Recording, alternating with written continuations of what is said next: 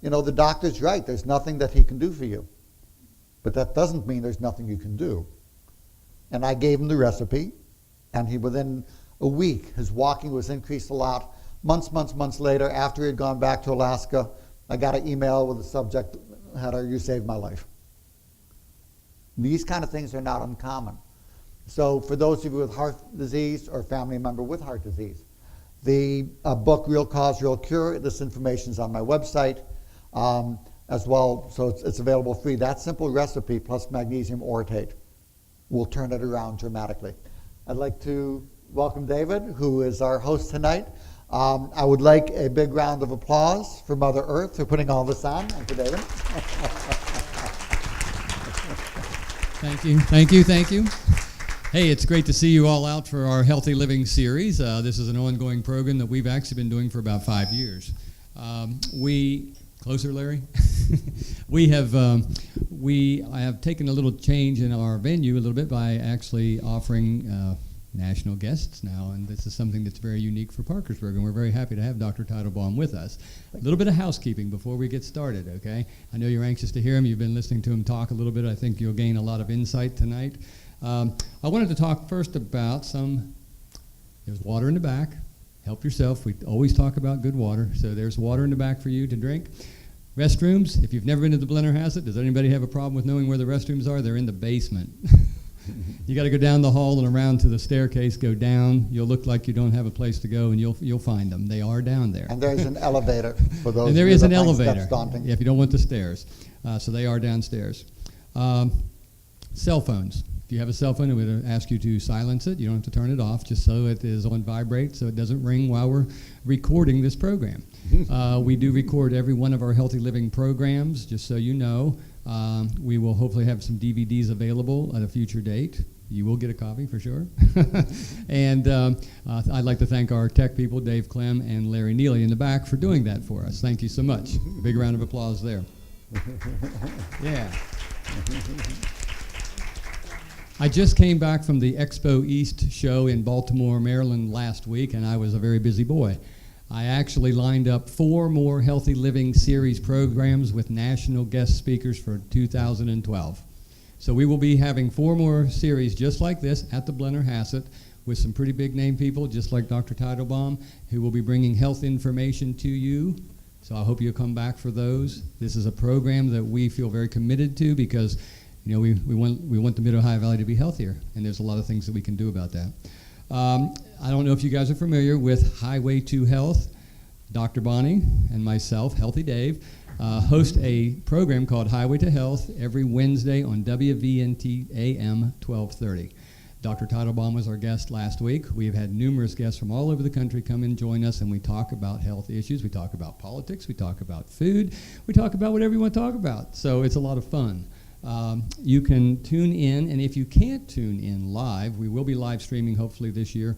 If you can't tune in, you can go to MotherEarthWorks.com, the Highway to Health logo. You can go to the pages for Highway to Health, and you can listen to the shows. We literally record them and post them on the web. They are streamed when you click the button.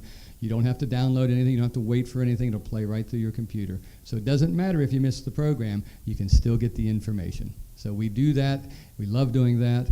And on that note, Dr. Bonnie, would you please come up and talk about Vibrant Wellness Center?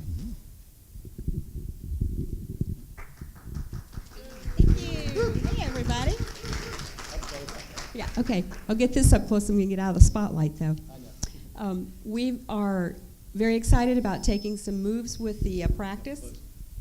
I have renamed the practice, which was Holistic Health Services. It's now called Vibrant Wellness, which puts a little bit more emphasis on the wellness side rather than clinic sort of things. All the same services are still there. We still have a licensed lab. We have some nice facilities. It is relocated at 800 Division Street, which is the Therapy, Health, and Fitness building of Dr. Dye. And he is a chiropractor and acupuncturist friend of ours. It is handicapped accessible, and that was a big thing for us, to be able to get people in and out without steps. And that also allows a little bit more room at Mother Earth for Dave to take over some office space and do some shuffling there. Just wanted to let you know that we are still available. Phone number's the same. And there are some brochures out there and some cards, and I see a lot of faces of people I know here, and it's good to see you, and I hope you can come back and get in on the series in the future and enjoy Dr. Teitelbaum. All right, thank you. Just so you know a little bit of events of the evening, we're going to let Dr. Teitelbaum speak. We've got a table out here with the books, so you can get a book. And we've got a lot of the products that I'm sure you'll be talking about and sharing some information about. So after we get done with the program this evening, there'll be plenty of time to talk and ask questions and just, again, learn more about things that you can do for your own health, okay? On that note, I'm going to turn over to Dr. Teitelbaum. Thank you so much. Thank you, Dave. Welcome our guest. Thank you, Bonnie. Now, David, let me ask one question. For the book, do they buy the book, or do they get? How does that work for people? If you purchase a product, you get the book for free. It's a $33 book. It's a hardbound book cover. It's great. He's going to talk about it a lot tonight. I've reviewed it extensively. We've talked about it. It's a great book. So you just purchase a product and you get the book for free. I think so. We hope so. Hey, first come, first serve. First come, Now, I yeah, will get give in line first. I will give an informed disclosure. I do make about 2 to 4 cents for each book you get. So, so I won't be too bashful about plugging that one. Anyway, so I want to welcome everybody here today. And today we're going to talk about effective treatment of chronic fatigue syndrome, fibromyalgia, and pain. These are things that people suffer with a lot, and that often, unfortunately, physicians, what's the term, clueless? So, but again, they're not bad doctors. They just don't know how to treat the disease generally. So let's take a look at the numbers. We're looking at about 1 to over 4 million Americans who suffer from chronic fatigue syndrome. And if you look at fibromyalgia, it's estimated that 2 to 4% of the population have fibromyalgia, and that goes to 8% when you include intermediate, I don't want to even use the term mild with it, but borderline cases. So we're looking at upwards of 12 million Americans with chronic fatigue syndrome or fibromyalgia. This has been skyrocketing over the last decade, and it's probably at least doubled in how common it is. So this is a so-called tip of the iceberg that's coming to surface. It's becoming more and more common. Unfortunately, most people are not given the right diagnosis. When they looked at a study, only 16% of people with CFS had been given the right diagnosis. The rest had been told they're crazy, depressed, work too hard, work too little, had this or God knows what. So it's a real problem for people. But there is good news, because by using the best of natural and prescription therapies, and as an MD, I'm not against medications. I'm just against the way they're used in this country. The use of medications is based predominantly on financial motivations. And whether something is safe or whether it's minimally effective compared to older treatments is irrelevant. What's relevant is if it's profitable, your doctor will have it bashed down their throat, and they will think they'd be a good doctor by giving you the newest, most expensive thing. So my job here is to let you know which things get thumbs up and which things get and so I'm going to talk mostly about natural, but also about some medications. I'll be talking probably more about the medications that are not a good idea, but I'll mention some that I think are in this disease as well. But by using the best of natural and prescription therapies, and to a large degree even simply the natural remedies, you will find that your CFS, fibromyalgia, fatigue, and pain will get much better and often go away. So that's the good news. So there's 3 key take-home points for tonight. The first one is, how do you tell if you have chronic fatigue syndrome or fibromyalgia? And it's not difficult. Tired, achy, brain fog, sugar addicted, can't sleep. It's that simple. Now let me make it easier. If you have exhaustion that persists for over 3 to 6 months and or widespread pain, I just need to ask you one question. Can you get a good night's sleep without taking something? Now let's put it this way. We have a nice group here tonight. So for those of you with CFS or fibromyalgia, how many of you can get 7 to 8 hours of sleep without taking something for sleep? So we have 1, 3, 5 out of the whole audience, 6. So you'll see most people, they really can't sleep even though they're exhausted. Now for those of you who find that you can sleep well even without taking anything, usually you don't have chronic fatigue syndrome and fibromyalgia, you've got something else causing the problem. You want to look for sleep apnea, where you snore and stop breathing at night. A marker for that as well is if you find you fall asleep easily during the day. People with this disease are exhausted all day, but they don't fall asleep behind the wheel. If you find that you fall asleep easily during the day, sleep apnea, narcolepsy. Low thyroid is a common thing that will cause pain and fatigue, but without the sleep disorder on its own. So what we're going to talk about tonight is very effective for the day-to-day fatigue as well, and the pain. But if you don't have trouble sleeping, you probably don't have fibro, unless there's a sleep apnea component. So number one, tired, achy, brain fog, can't sleep. And then sugar cravings, another big part of it. Those identify the disease. Pretty straightforward. Now, why are these so poorly treated? And why is it that you go to the doctor and you feel like wringing their neck usually when you walk out? Well, there's a couple of reasons. One, physicians simply have not been trained in these diseases in the past. Now, the good news is that it's changing a bit because there's 3 new medications that have been approved for fibromyalgia.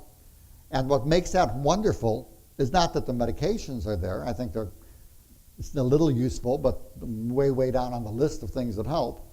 But what's wonderful is that those 3 companies are spending $210 million a year advertising about fibromyalgia to educate physicians and to create basically a market for their drugs. So can you imagine if somebody said, we're making a grant of $1 million to educate the public about fibromyalgia? You go, hey, 210 million. That's pretty good. So even though it's coming from kind of maybe not the best place, your doctor will be hearing about fibromyalgia. The public will be hearing about fibromyalgia. So it's going to get more awareness. The other problem, unlike diabetes or high blood pressure or things, there's no simple test that only is positive in fibromyalgia. That's only abnormal. And doctors have this thing that if the tests are normal, so are you. Or like they put differently, if they don't know what's wrong with you, you're crazy. Can you imagine if your lights didn't work in your home and you called an electrician in, and the electrician checked everything out, and he said, there's nothing wrong here. And you say, lights don't work? And you say, everything's fine, you're nuts, and walked out. You'd say, goodbye, you know. And say you had 4 electricians in and they all did the same thing. That's kind of what it's been, what you've been going through. But then, say you brought the 5th one in and he said, oh, you see this box over here? It's a circuit breaker box. And you blew a fuse. So he flips it on and the lights go on.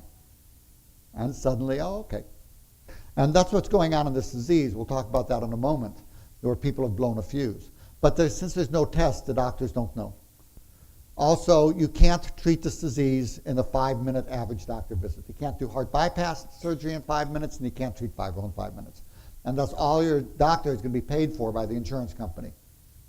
Now, the insurance company say, oh, no, we'll pay for more time, but the amount they pay doesn't even cover their overhead. So picture this to make it easier. Say you had a book. How many of you have seen my book, From Fatigue to Fantastic? Cool. Great book for CFS and fibro.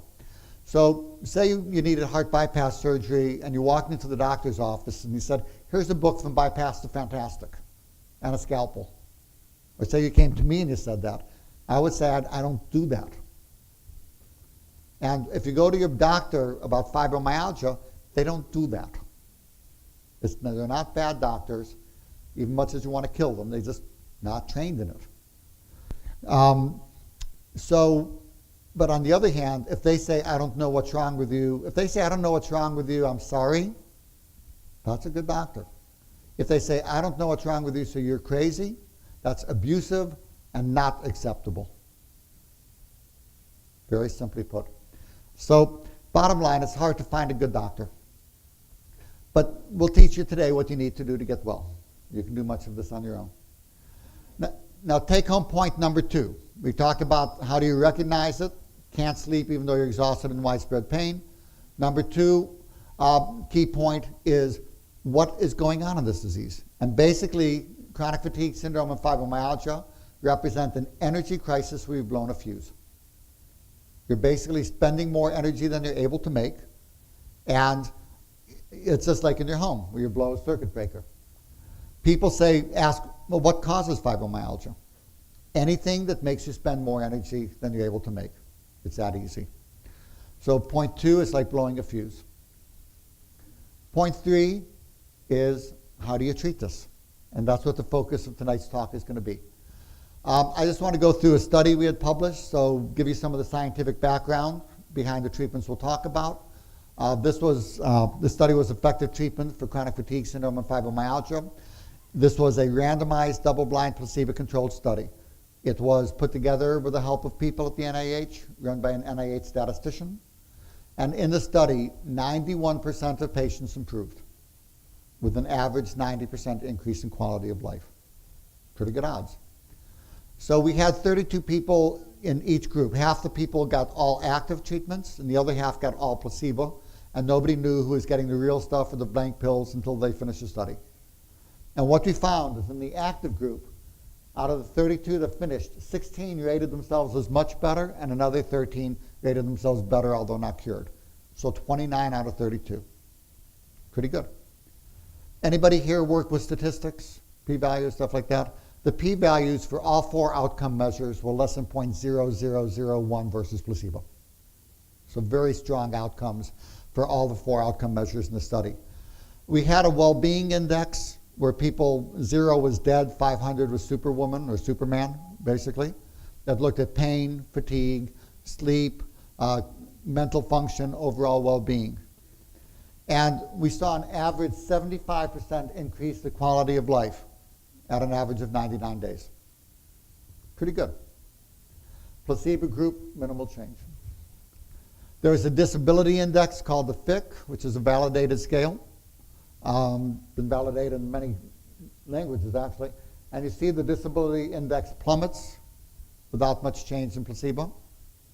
And very importantly, many of you have had the experience that you take something, you feel better for a couple weeks, but then you overdo and you crash and burn again.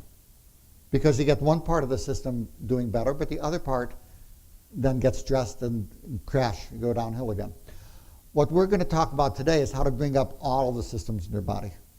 And what the study showed was that 2 years into treatment, most people continued to get better and better. They went from an average 75% increase in quality of life to an average 90%, despite having been able to wean off of most of the treatments. That means the treatments we're going to talk about tonight are like crutches. You hurt your leg, you use crutches until you get better.